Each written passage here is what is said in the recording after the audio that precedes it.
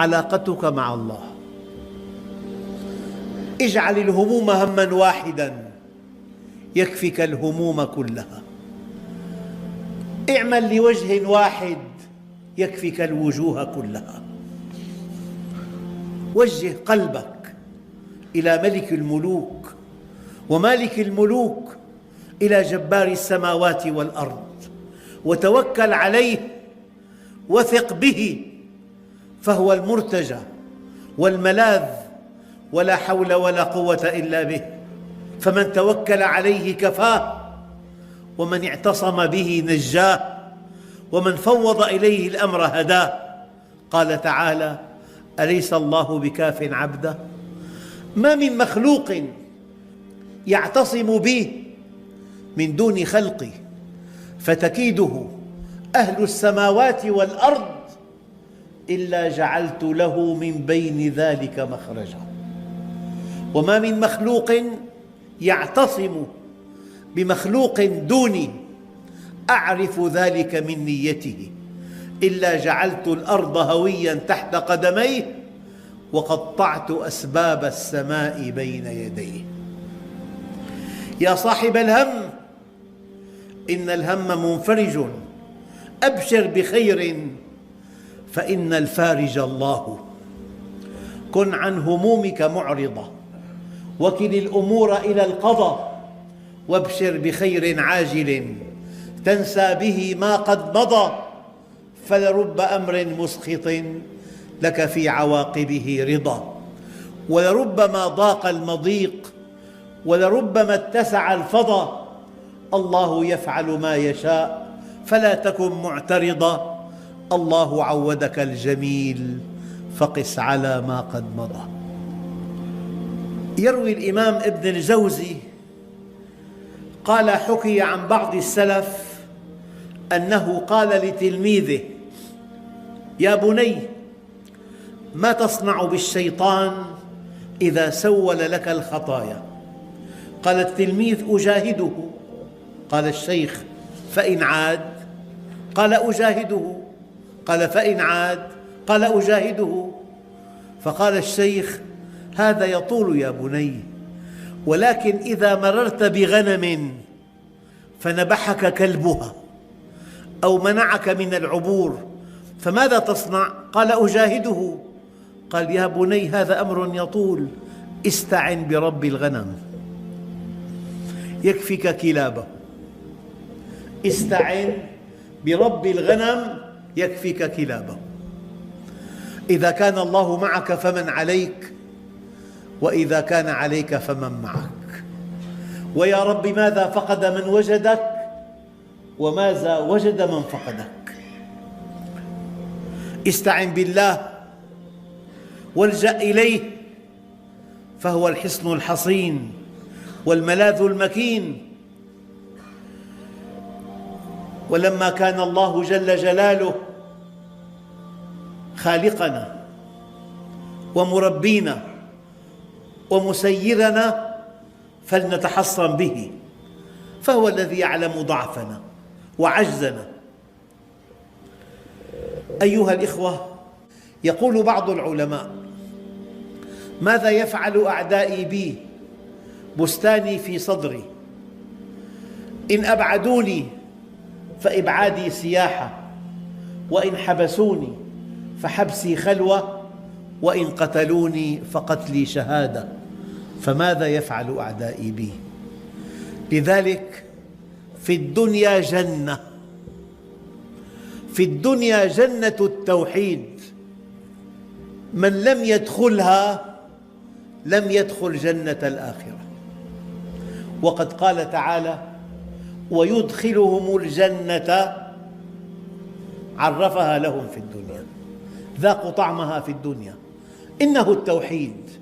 أمرك بيد واحد، صحتك بيده، زوجتك بيده، أولادك بيده، رزقك بيده، من فوقك بيده، من تحتك بيده، من حولك بيده. هذا هو التوحيد.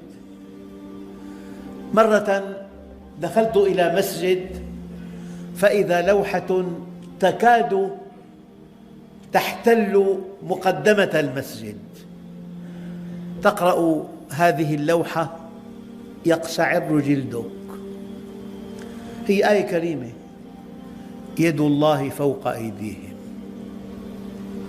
هذا الذي تخافه هو في قبضة الله، هذا الذي تخشاه هو في قبضة الله.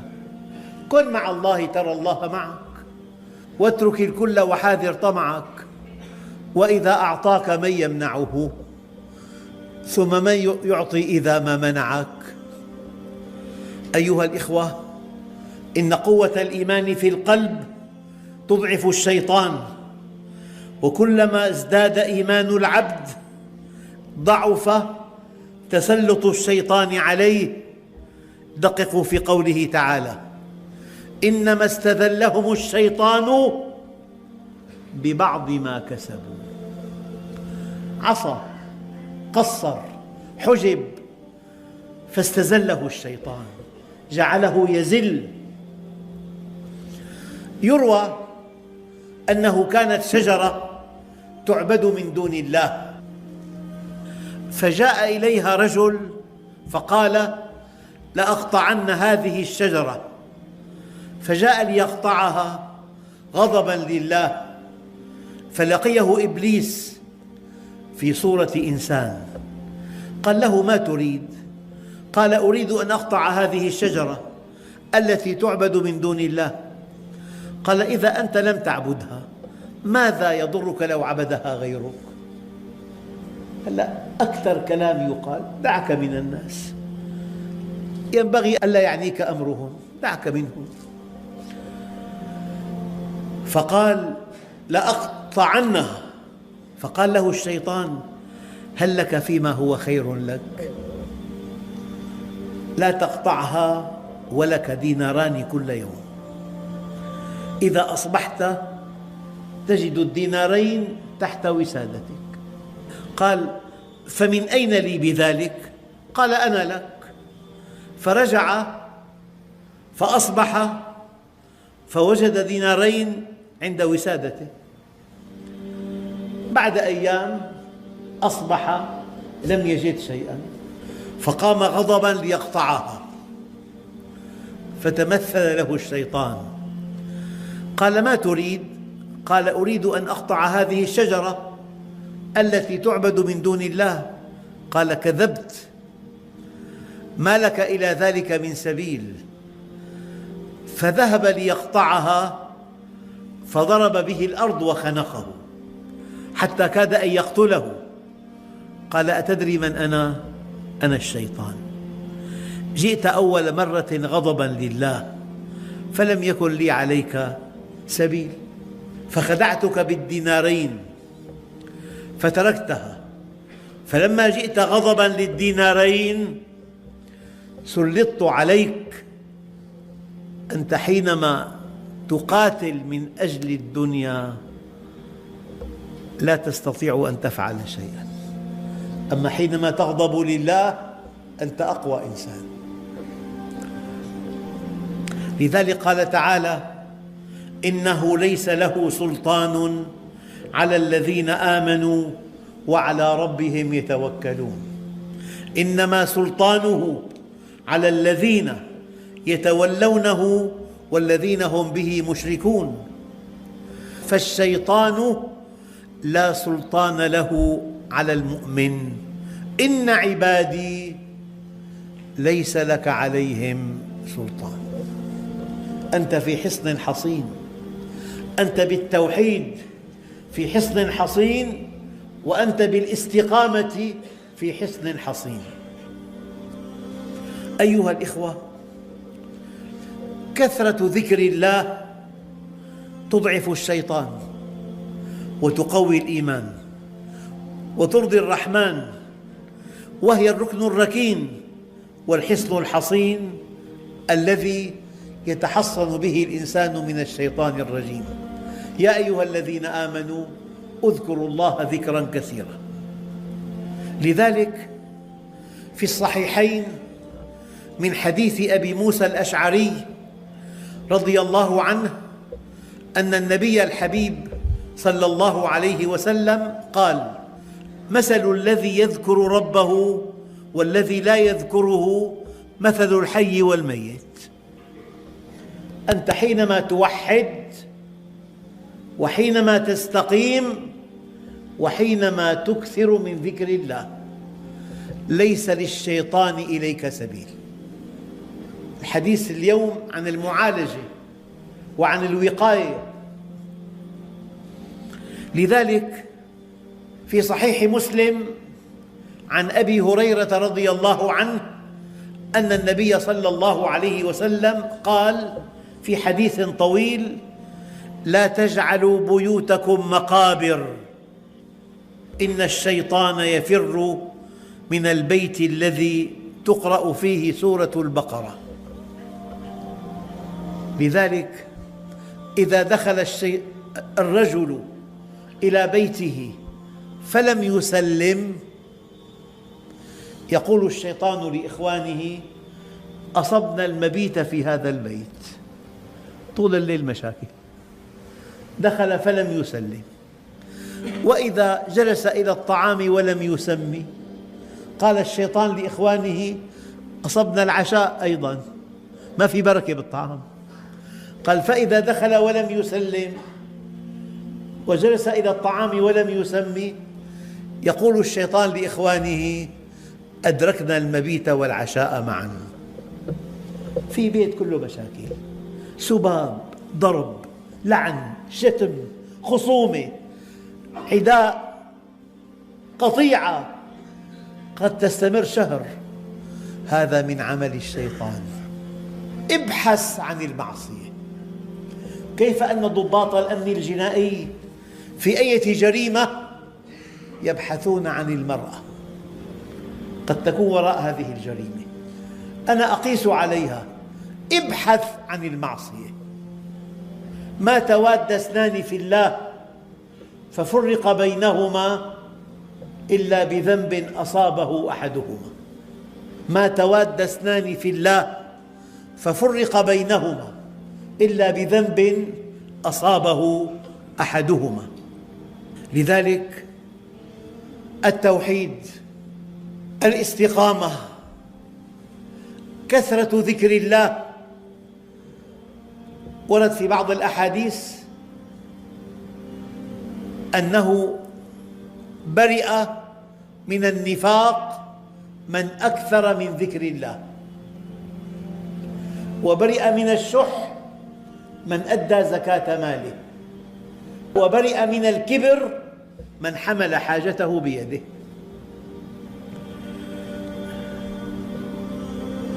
لذلك لا تجعلوا بيوتكم مقابر، إن الشيطان يفر من البيت الذي تقرأ فيه سورة البقرة.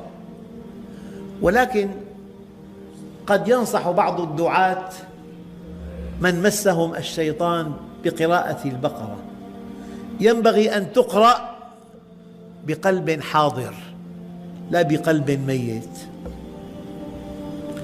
رابعاً، قراءة آية الكرسي إذا أويت إلى فراشك.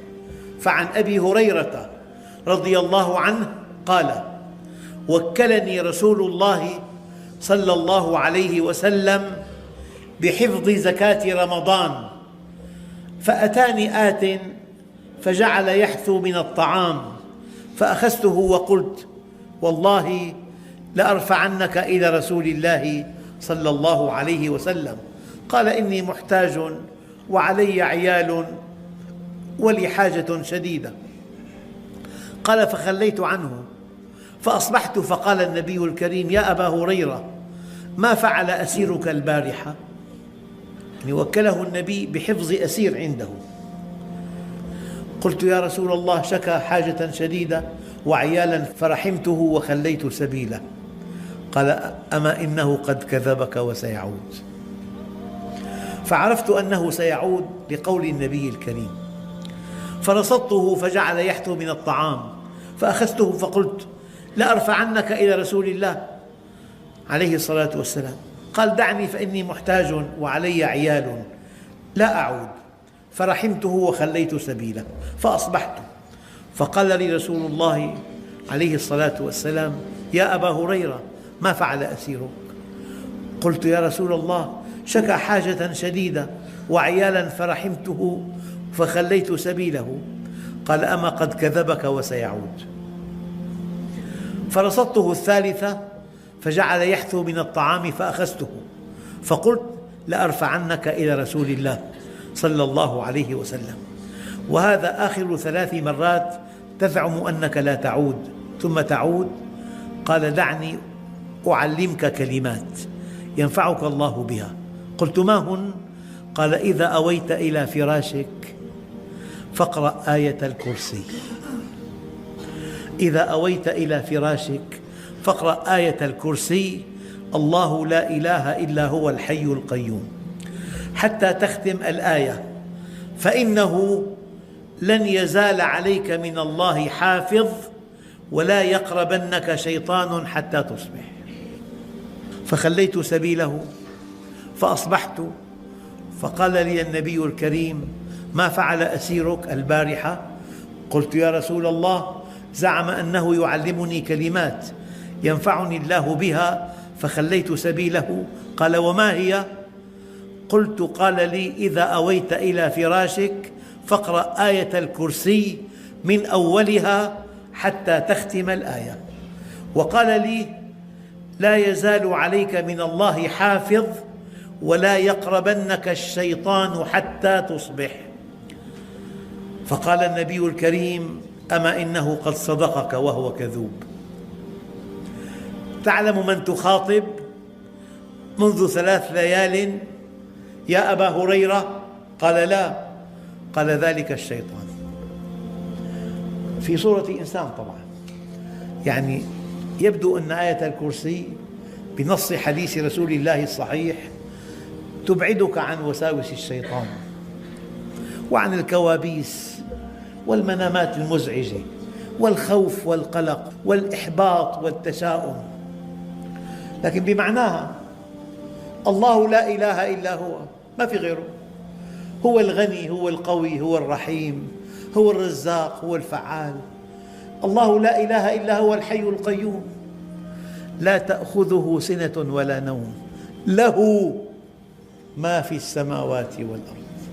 من ذا الذي يشفع إلا بإذنه؟ لا يؤثر شيء في شيء إلا بإذن الله. لا يؤثر شيء في شيء سلبا أو إيجابا إلا بإذن الله. وسع كرسيه السماوات والأرض ولا يؤوده حفظهما وهو العلي العظيم. أيها الإخوة، ومن نصائح النبي صلى الله عليه وسلم قراءة الآيتين الأخيرتين من سورة البقرة: آمن الرسول بما أنزل إليه من ربه والمؤمنون كل آمن بالله وملائكته وكتبه ورسله لا نفرق بين أحد من رسله وقالوا سمعنا وأطعنا غفرانك ربنا وإليك المصير. أيضا سادسا قراءة المعوذات. ففي البخاري عن عائشة رضي الله عنها أن النبي صلى الله عليه وسلم كان إذا آوى إلى فراشه كل ليلة جمع كفيه ثم نفث فيهما فقرأ فيهما قل هو الله أحد وقل أعوذ برب الفلق وقل أعوذ برب الناس، ثم يمسح بها ما استطاع جسده، يبدأ بهما على رأسه ووجهه وما أقبل من جسده، يفعل ذلك 3 مرات. وعن عبد الله بن خبيب رضي الله عنه قال: خرجنا في ليلة مطيرة وظلمة شديدة فطلبنا رسول الله صلى الله عليه وسلم فإذا هو يصلي، فأدركته فقال: قل، فلم أقل شيئا، ثم قال: قل، فلم أقل شيئا، ثم قال: قل، قلت: ما أقول؟ قال: قل هو الله أحد الله الصمد لم يلد ولم يولد ولم يكن له كفوا أحد. وقرأ المعوذتين. حينما تمسي وتصبح 3 مرات يكفيك من كل شيء. وفي رواية: ما تعوذ الناس بأفضل منهما، بالمعوذتين، ما تعوذ الناس بأفضل منهما. وعن عقبة بن عامر رضي الله عنه قال: بين أنا أقود برسول الله صلى الله عليه وسلم راحلته في غزوة إذ قال: يا عقبة قل، فاستمعت، ثم قال: يا عقبة قل، فاستمعت، فقالها الثالثة: قلت: ما أقول؟ قال: قل هو الله أحد. فقرأ السورة حتى ختمها، ثم قرأ: قل أعوذ برب الفلق، وقرأت معه، ثم ختمها، ثم قرأ: قل أعوذ برب الناس، فقرأت معه حتى ختمها، ثم قال: ما تعوذ بمثلهن أحد، إلا بالمعنى الدقيق، يعني وقاه الله من كل شر. وفي مسلم، في صحيح مسلم، عن أبي هريرة رضي الله عنه: من قال لا إله إلا الله وحده لا شريك له، له الملك وله الحمد وهو على كل شيء قدير، كانت له عدل 10 رقاب، وكتبت له 100 حسنة، ومحيت عنه 100 سيئة، وكانت له حرزا من الشيطان يومه، وذلك حتى يمسي. ولم يأتي أحد بأفضل مما جاء به إلا أحد عمل أكثر من ذلك. أيها الإخوة، هذه بعض توجيهات النبي في مواجهة وساوس الشيطان، وفي مواجهة السحرة والكهان، وفي مواجهة العرافين والكذابين. ما ذكرت هذه الخطبة إلا لكثرة ما انتشر بين المسلمين لجوء الجاهلات الغافلات، ولجوء الجاهلين والغافلين إلى العرافة والسحرة والمشعوذين. وقد ذكرت لكم في الخطبة السابقة قصة تقشعر منها الأبدان عن هذا الذي انتهك أعراض مئات النساء وصورهن باسم فك السحر والشعوذة وما إلى ذلك.